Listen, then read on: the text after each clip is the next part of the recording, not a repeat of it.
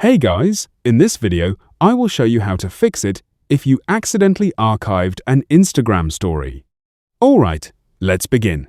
First, open your Instagram app and go to your profile by tapping the icon at the bottom right corner.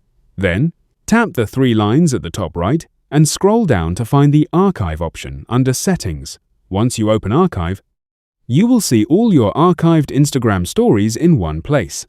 Find the specific story you archived and tap on it to open it.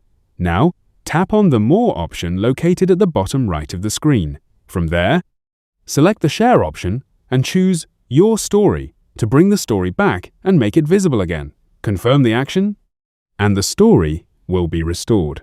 Make sure to check that the story is live again on your profile after sharing. So, that's basically how you can fix it if you accidentally archived an Instagram story. That's it for this video. Thanks.